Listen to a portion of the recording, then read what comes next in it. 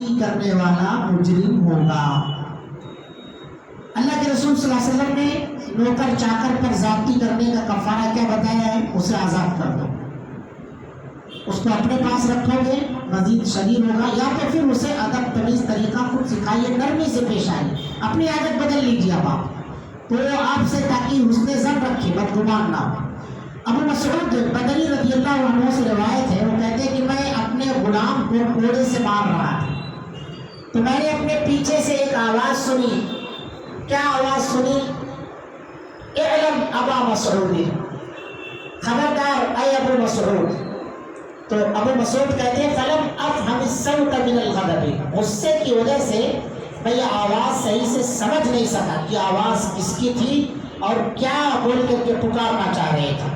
فلما دنا منی اذا هو رسول اللہ صلی اللہ علیہ وسلم، تو جیسے وہ جب میرے قریب ہوئے تو اچانک میں کیا دیکھتا ہوں، یہ تو رسول اللہ صلی اللہ علیہ وسلم کی شخصیت ہے۔ فَإِذًا هُوَ يَقُولُ اعْلَمْ أَبَا مَسْعُودٍ، پھر آپ صلی اللہ علیہ وسلم نے کہا اعْلَمْ أَبَا مَسْعُودٍ، خبردار ابو مسعود، أَنَّ اللَّهَ أَقْدَرُ عَلَيْكَ مِنْكَ عَلَى هَذَا الْغُلَامِ، یہ بات یاد رکھو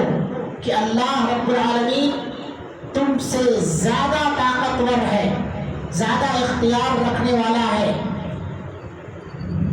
جتنا تم اس غلام پر اختیار رکھتے ہو اس سے کہیں زیادہ اللہ تعالیٰ تم پر قادر ہے، طاقتور ہے، پاورفل ہے۔ یعنی تم آج اس کو مار رہے ہو تو اللہ کے پاس اس سے بھی زیادہ طاقت ہے۔ یعنی اللہ کے رسول کے کہنے کا مطلب تھا صلی اللہ علیہ وسلم کہ اللہ سے ڈرو، اس پر جو زیادتی کر رہے ہو اس سلسلے میں اللہ سے ڈرو۔ فقلت، فوراً صحابی رسول کہتے ہیں لا اضرب مملوکا بعده ابدا، تو میں نے کہا کہ اے اللہ کے رسول صلی اللہ علیہ وسلم اب میں اس کے بعد کسی غلام کو نہیں ماروں گا۔ تو دوسری روایت میں فسقط الصوت من یدی من حیبتی،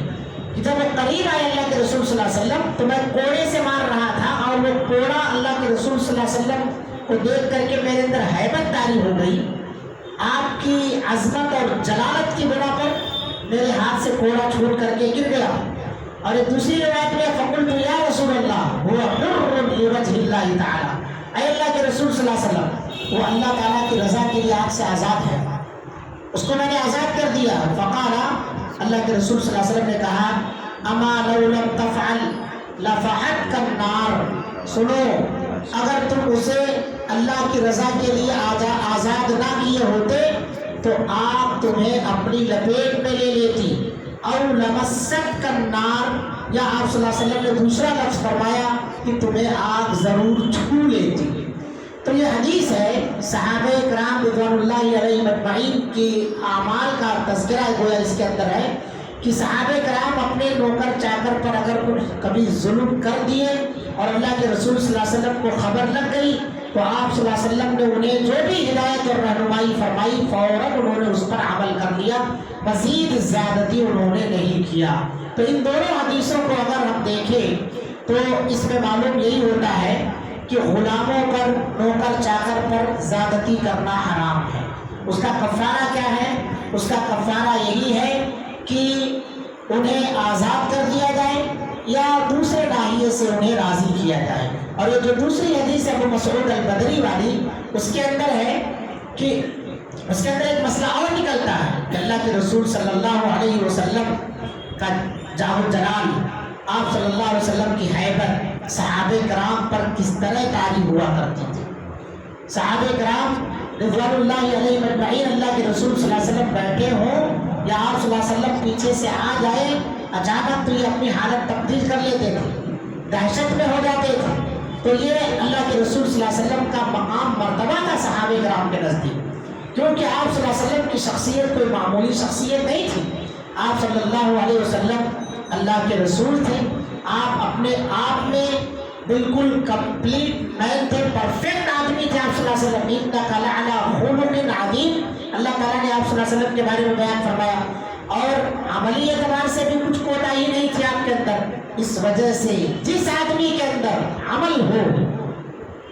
خود بخود اس کی ہیبت دوسروں پر بیٹھ جاتی، خود بخود اس کی دھاک دوسروں پر بیٹھ جاتی، اور اوپر سے نبوت کا عہدہ یہ کوئی کم بڑا عہدہ، اللہ کے رسول صلی اللہ علیہ وسلم کو اللہ تعالیٰ نبی بنا تو پھر کیسے ہیبت داری نہیں ہوگی۔ تو نبی صلی اللہ علیہ وسلم کو دیکھ کر کے حیبت میں آ جاتے تھے، کیونکہ اللہ تعالیٰ نے آپ صلی اللہ علیہ وسلم کو چیزیں عطا فرمائی تھی۔ لہٰذا صحابہ کرام رضوان اللہ علیہ مجمعین اللہ کے رسول صلی اللہ علیہ وسلم کی جو باتیں ہوتی اس پر فوراً عمل کرتے، اور ان حدیثوں کے اندر ہم صحابہ کا عمل بھی دیکھیں۔ وہاں کیا ہے؟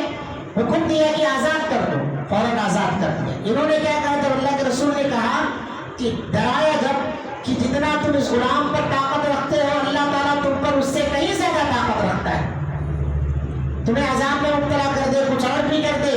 تو یہ کہتے ہیں کہ میں اللہ کے رسول سے آزاد کر دیتا ہوں۔ فوراً آزاد کر دیا، کہا اگر تم آزاد نہیں کرتے تو آگ تمہیں اپنی چپیٹ میں لے لیتی۔ ابن عمر رضی اللہ عنہ سے روایت ہے، نبی صلی اللہ علیہ وسلم نے فرمایا جس نے اپنے غلام پر کسی ایسے جرم کی حد لگائی جو اس نے کیا ہی نہیں، بسا اوقات ہم اپنے نوکروں چاکروں پر الزام لگا دیتے اور وہ کمزور ہے اس کی وجہ سے سارا الزام اسی پر تھوپ کر کے اس کو مارتے پیٹتے بہانہ بنا کے نوکری سے نکال دیتے، کچھ نہ کچھ کرتے۔ تو آپ صلی اللہ علیہ وسلم نے فرمایا من ضرب غلاما له حدا لم یاتی،